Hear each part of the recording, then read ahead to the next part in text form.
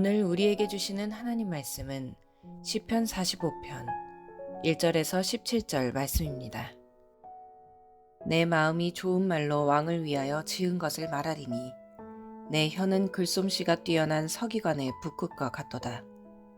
왕은 사람들보다 아름다워 은혜를 입술에 머금으니 그러므로 하나님이 왕에게 영원히 복을 주시도다.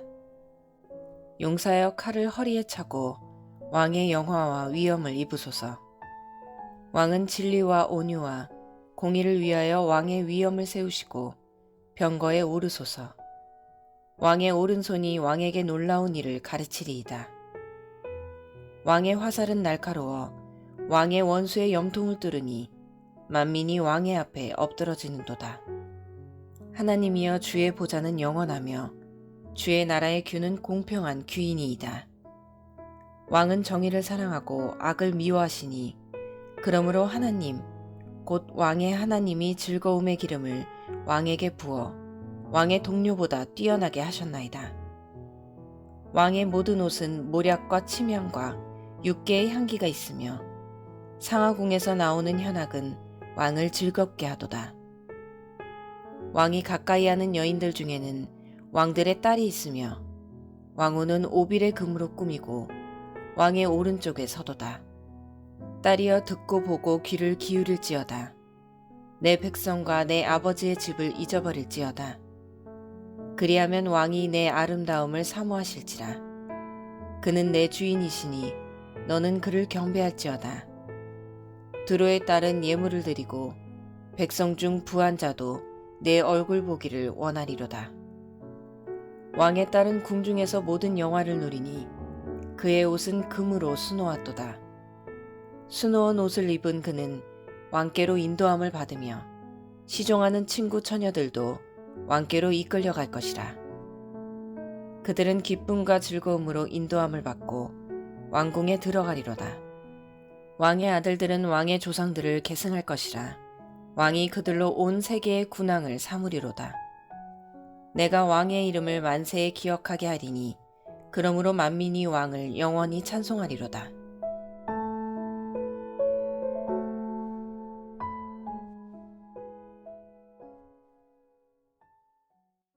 시편 45편은 장르상 제왕시에 해당합니다. 이 제왕시란 하나님의 자녀들을 왕같이 부르며 이 왕을 향한 메시지가 곧 성도에 대한 메시지로 다가오는 것이 제왕시입니다. 특별히 오늘은 왕과의 결혼을 배경으로 삼고 있는데 구약에서 유일하게 왕과의 결혼을 담고 있는 것이 이 시편 45편입니다. 45편 위에 표제를 보시면 사랑의 노래 소사님이라는 부제가 있는데, 소사님은 여러분 성경책 아래에 보시면 백합과 곡조다 이렇게 표현되어 있습니다. 음악 용어입니다. 사랑의 노래라는 이 표현과 같이 이것이 결혼식인 만큼 왈츠와 같은 밝은 분위기의 곡이라는 것을 우리에게 보여줍니다. 이 시편에 서술된 결혼식의 주인공과 저작 시기가 언제냐를 특정하는 것은 별 의미가 없습니다. 왜냐하면 말 그대로 제왕시로서 이 시편의 이야기는 우리를 향한 말씀이기 때문입니다. 여기서 주목해야 될 것은 인간의 삶의 가장 중요한 순간 중에 하나인 결혼식은 하나님의 축복이라는 것에 있습니다. 여러분의 가정도 하나님의 섭리 안에 이루어진 것이고 하나님이 얼마나 축복하시는 관계인가를 오늘 본문을 통해서 깨닫게 됩니다. 또한 여기서 중요한 것은 신랑과 신부의 관계는 신랑이신 하나님과 신부이신 성도의 관계를 보여준다는 데 있습니다. 오늘 시는 네 부분으로 나뉘어집니다. 첫 번째 단락은 1절인데 시인이 결혼식의 노래를 소개하고 있는 부분입니다. 내 마음이 좋은 말로 왕을 위하여 지은 것을 말하리니 내 혀는 글솜씨가 뛰어난 서기관의 붓끝과 같도다. 둘째 단락은 2절에서 9절까지인데 신랑의 집에서 진행되는 결혼식을 보여줍니다. 왕은 사람들보다 아름다워 은혜를 입술에 머금음이니 그러므로 하나님이 왕에게 영원히 복을 주시도다. 용사여 칼을 허리에 차고 왕의 영화와 위엄을 입으소서. 왕은 진리와 온유와 공의를 위하여 왕의 위엄을 세우시고 병거에 오르소서. 왕의 오른손이 왕에게 놀라운 일을 가르치리이다. 신랑의 집에서 진행되는 결혼식의 내용들을 보여주고 있는 것입니다. 셋째 단락인 10절에서 15절은 신부의 집에서 진행되는 결혼식을 보여줍니다. 10절과 11절을 보시면 딸이여 듣고 보고 귀를 기울일지어다. 내 백성과 내 아버지의 집을 잊어버릴지어다. 그리하면 왕이 내 아름다움을 사모할지라. 그는 내 주인이시니 너는 그를 경배할지어다. 이처럼 신부의 집에서 일어나고 있는 결혼식을 보여주고 있습니다. 마지막 단락인 16절과 17절은 부부를 위한 축복의 노래입니다. 왕의 아들들은 왕의 조상들을 계승할 것이라. 왕이 그들로 온 세계의 군왕을 삼으리로다. 내가 왕의 이름을 만세에 기억하게 하리니 그러므로 만민이 왕을 영원히 찬송하리로다. 이러한 구조를 생각하면서 이제 오늘 본문으로 들어가도록 하겠습니다.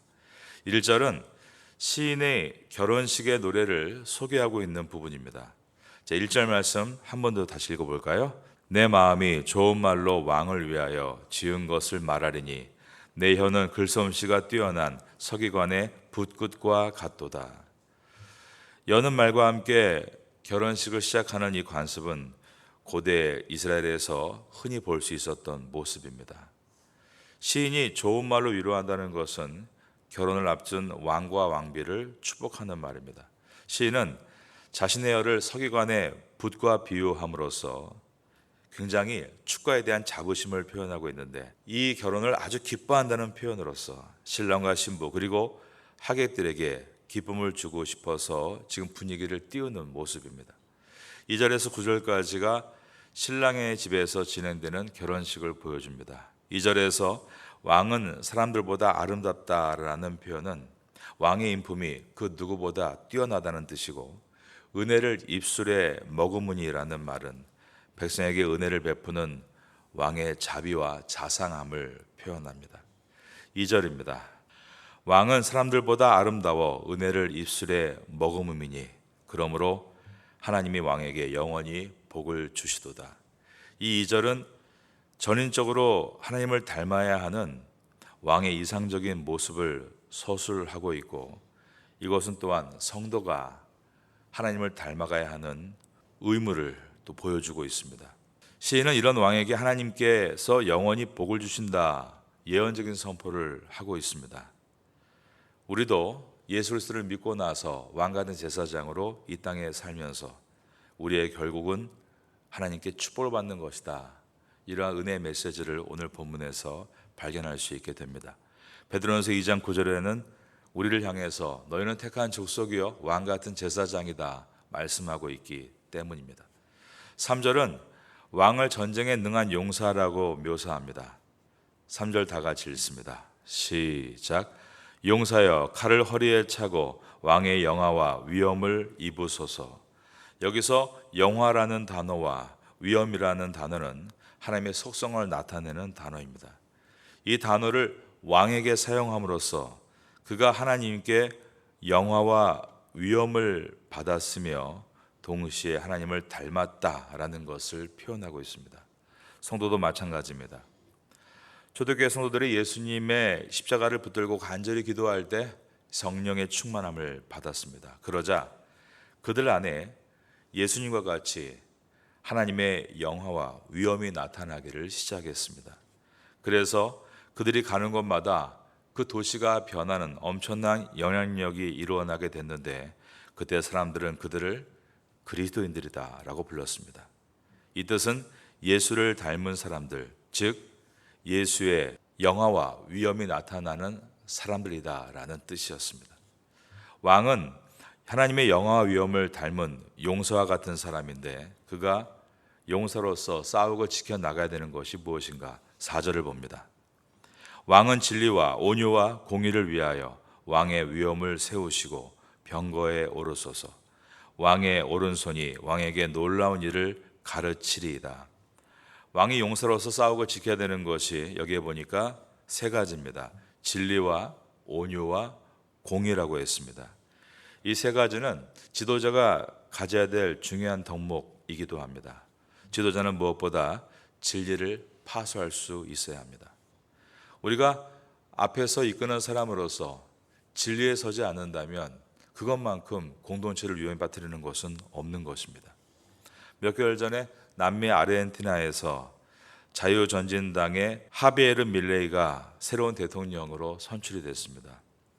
선거 이후 때마다 전기톱을 들고 나와서 아주 강한 액션을 취하는, 그래서 파퓰리즘으로 인기몰이를 해서 대통령에까지 당선이 됐습니다. 전기톱은 낡은 옛 정치를 잘라버리겠다. 그리고 아르헨티나가 복지 정책을 과도하게 펼치다가 망한 나라 아닙니까? 그래서 과도한 복지 지원을 잘라내겠다. 그런 표현으로 그렇게 과도한 액션을 취하며 인기를 몰아갔던 것입니다. 그리고 아르헨티나의 화폐인 페소를 없애고 달러를 쓰겠다. 이러한 획기적인 개혁안도 제시했습니다. 그런데 공약 중에 이런 공약이 있습니다. 사람의 장기 매매가 가능하게 하겠다. 이러한 비도덕적인 공약까지 내놓았습니다. 어려운 가정살림에 그러면 장기를 팔아서 그것을 보태는 것이, 그것이 어떻게 보면 문제를 해결하는 것처럼 보이지만 사회에 엄청난 혼돈과 고통을 안겨줄 수 있는 것입니다. 이로 인해서 세계적으로 비난을 받자 점점 꼬리를 내리는 분위기입니다. 지도자는 무엇보다 진리를 파수하고 나아가야 합니다.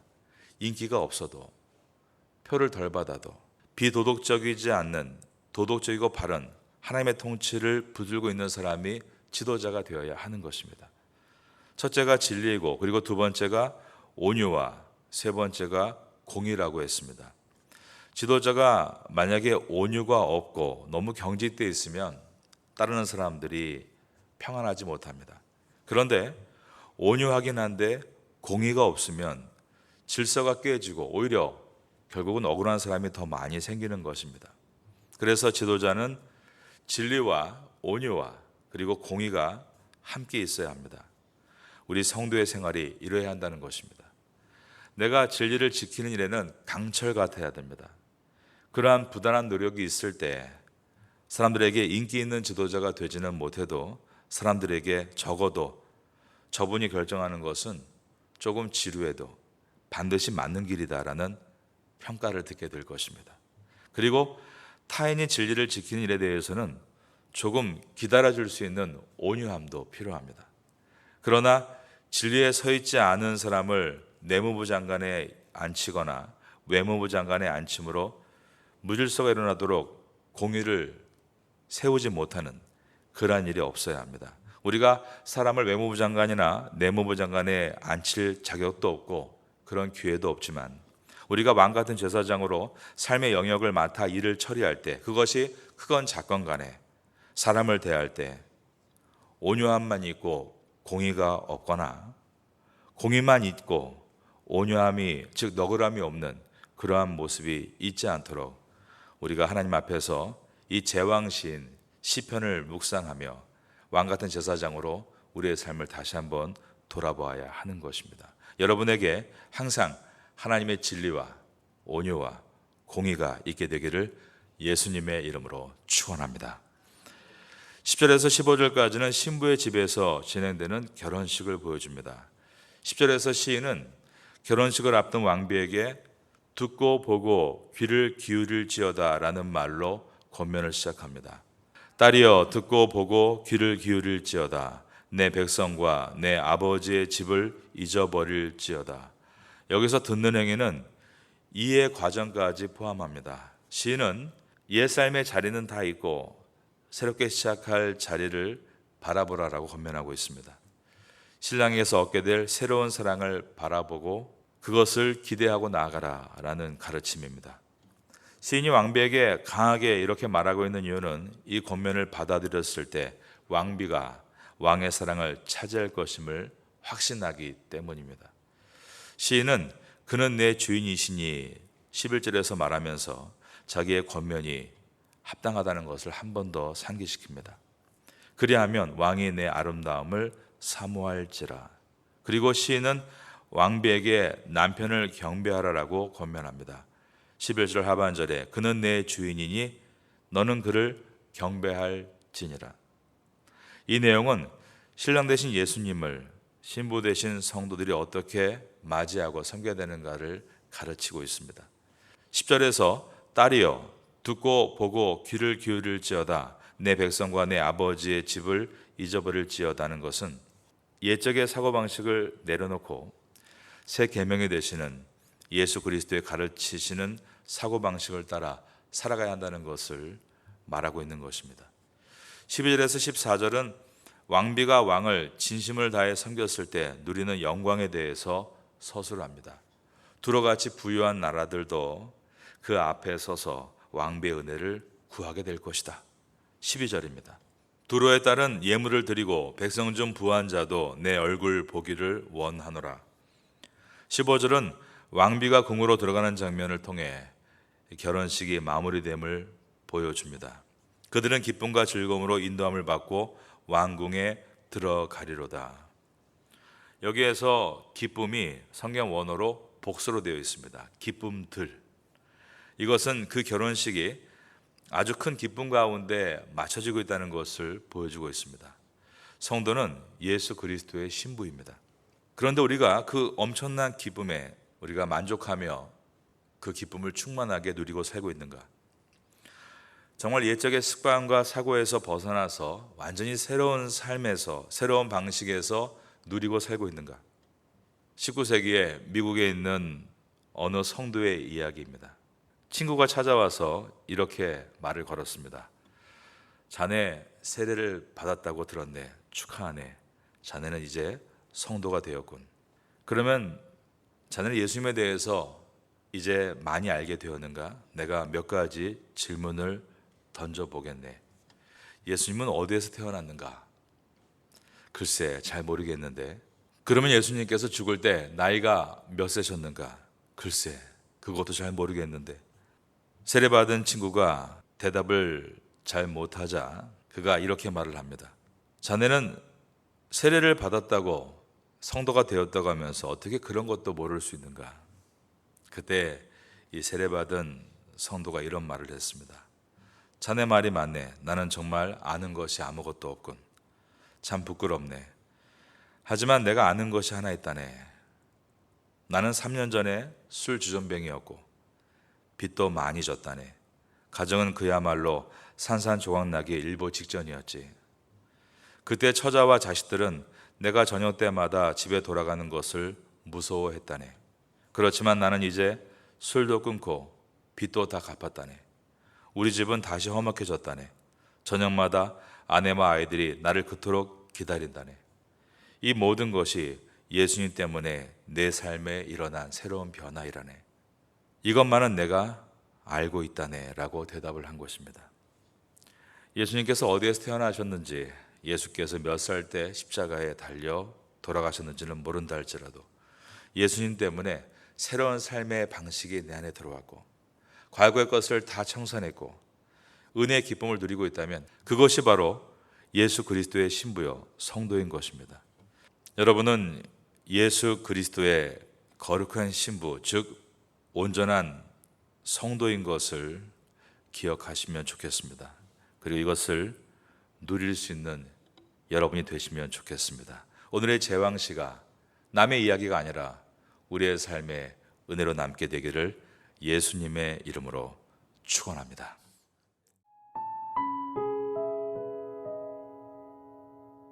지금은 함께 기도하는 시간입니다. 3월의 공동 기도 제목은 첫째, 말씀과 기도의 자리에 서게 하소서.